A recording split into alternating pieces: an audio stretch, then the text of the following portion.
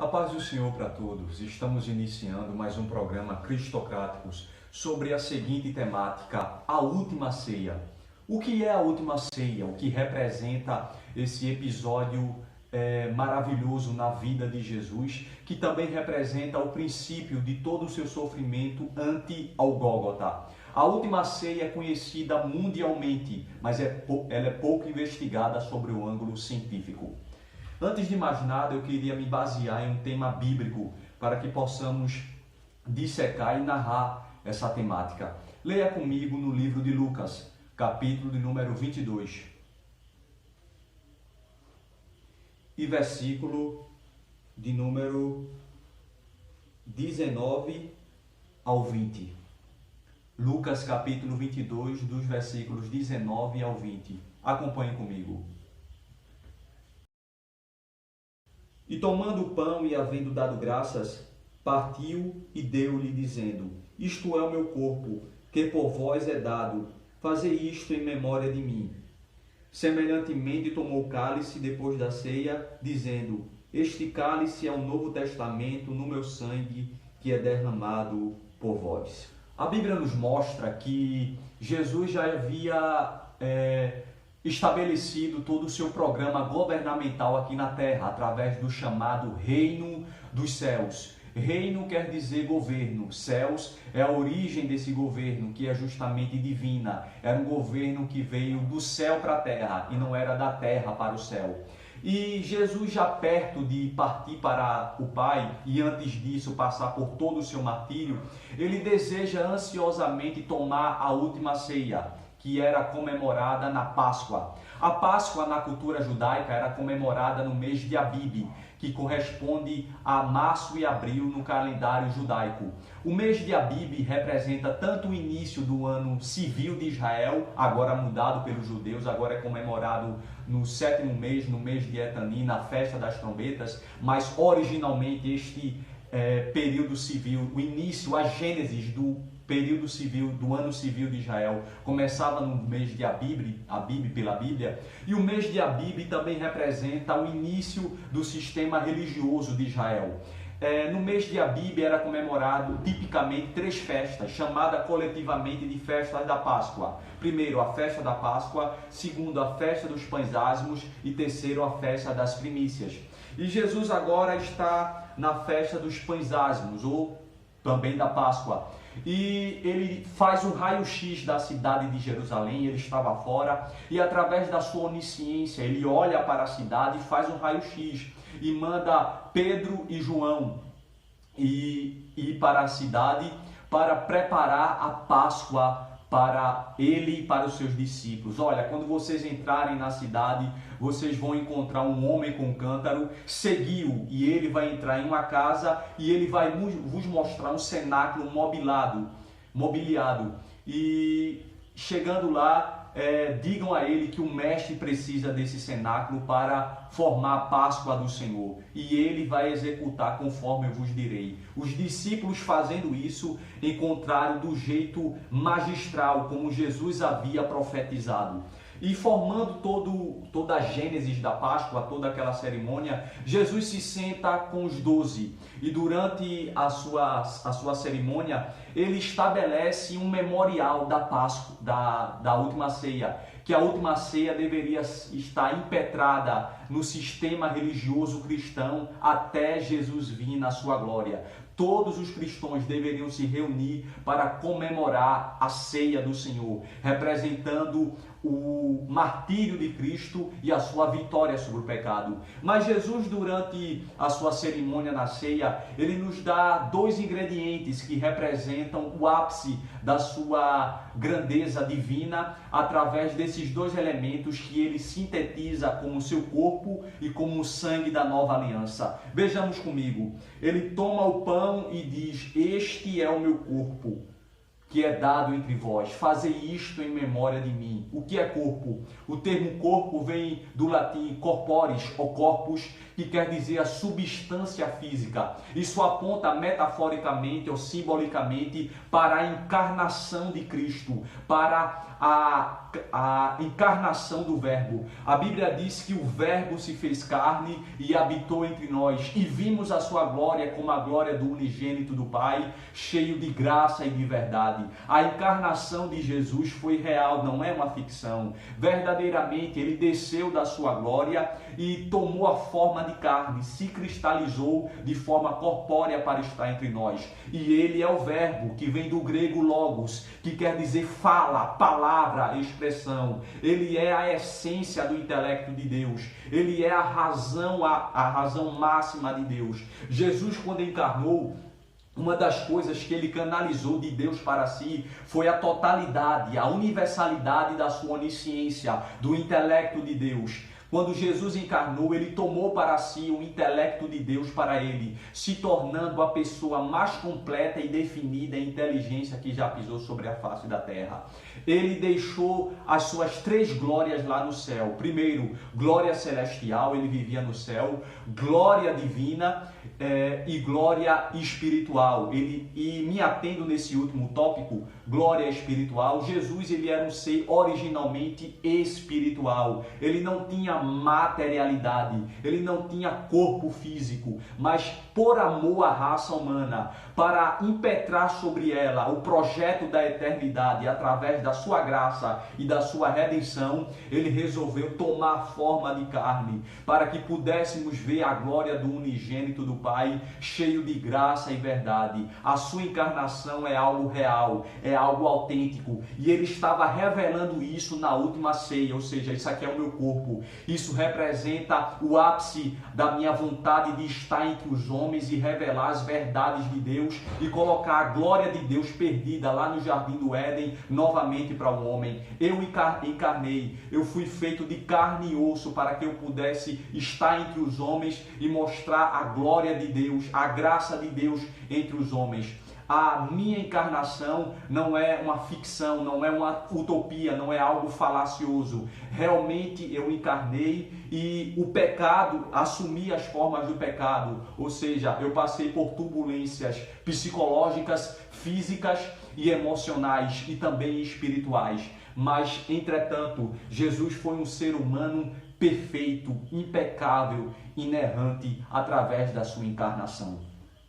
E ele diz o seguinte: este é o meu cálice, o cálice da nova aliança. Jesus estava impetrando através do cálice que representava o seu sangue a nova aliança. E o que é a nova aliança? Quando nós olhamos para o crivo do Antigo Testamento, nós vamos perceber que o antigo pacto revelado no Antigo Testamento era formado por sangue de animais, tecido por holocaustos que representavam a remissão dos pecados do povo. Mas isso era feito de maneira parcial. Por quê? Porque os sacerdotes, o sistema sacerdotal tinha que sempre oferecer holocaustos para remir o pecado alheio, o pecado do povo e dele próprio. Então esse sistema sacrificial não era algo eterno, mas sim temporal. Era algo que precisava ser renovado. E isso representava o antigo pacto, a antiga aliança baseada na lei, que forjava todos os princípios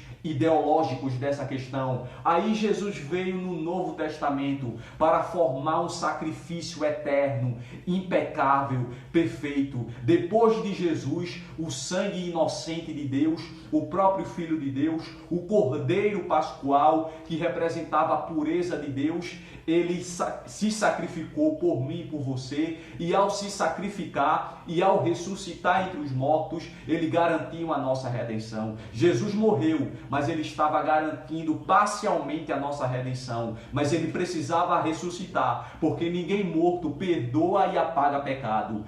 Os 2 maiores símbolos do cristianismo a cruz de Cristo e o túmulo vazio. A sua ressurreição garantiu de uma maneira plena e total a redenção da humanidade. Mas Como eu falei, a última ceia é conhecida mundialmente, mas pouco investigada sobre o ângulo científico. Inclusive, o mais expoente da Renascença italiana, um movimento cultural, artístico e intelectual que varreu a Europa em séculos passados, que formou grandes mentes da história, célebres pintores, artistas e escritores e dramaturgos, dentre eles o mais expoente da Renascença italiana é conhecido como Leonardo da Vinci, esse mesmo que pintou a Gioconda, conhecida como a Mona Lisa, o mais famoso quadro do mundo. Ele também pintou a Última Ceia, o mais famoso afresco da história.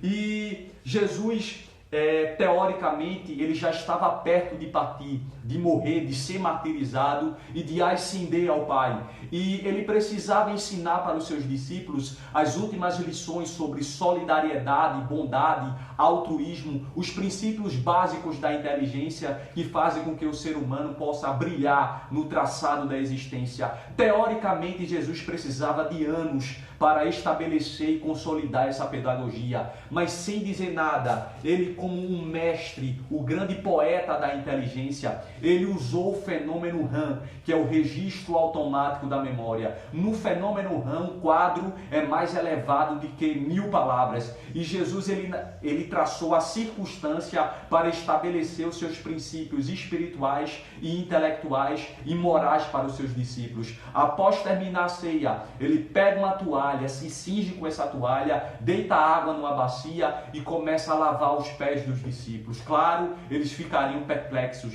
Jesus estava no auge da sua fama. Os discípulos colocavam Jesus em um patamar mais elevado do que o próprio imperador da época, Tibério César. E de repente Jesus abdica do mais alto grau da sua patente espiritual e resolve lavar os pés dos discípulos. Eles ficaram perplexos, com um nó na garganta, não esperavam isso. Enquanto Jesus estipava as sujeiras dos seus pés, um rio emocional tomava os becos das suas vielas psicológicas. Jesus estava conquistando o inconquistável.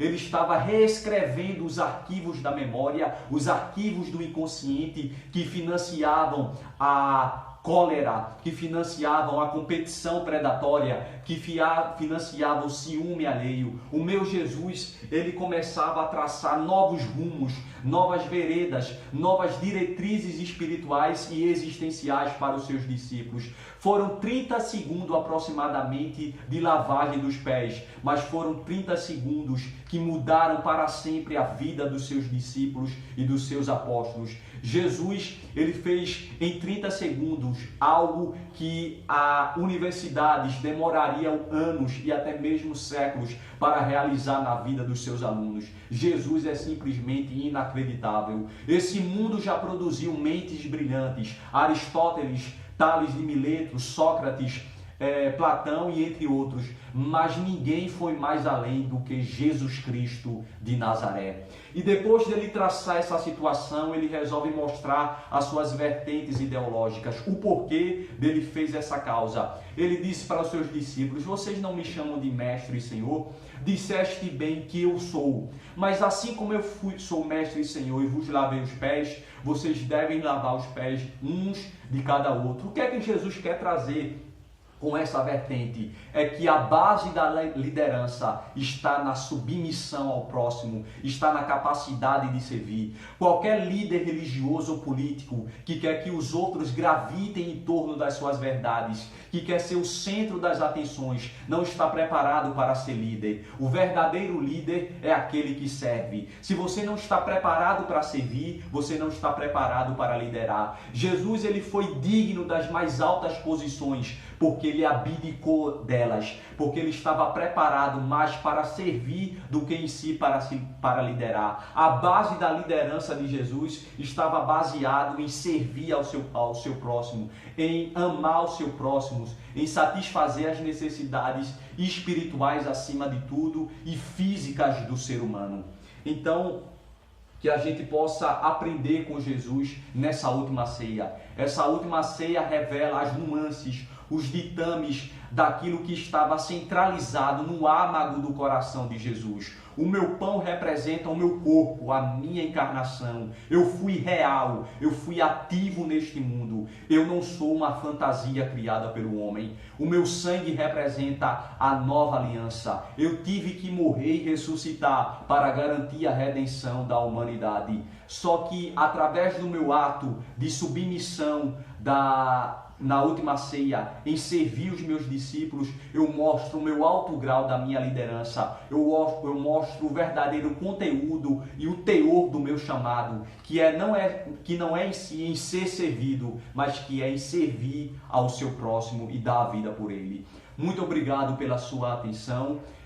Se inscreva no nosso canal e nos envie o seu like, e que Deus te abençoe e até o próximo programa. Amém.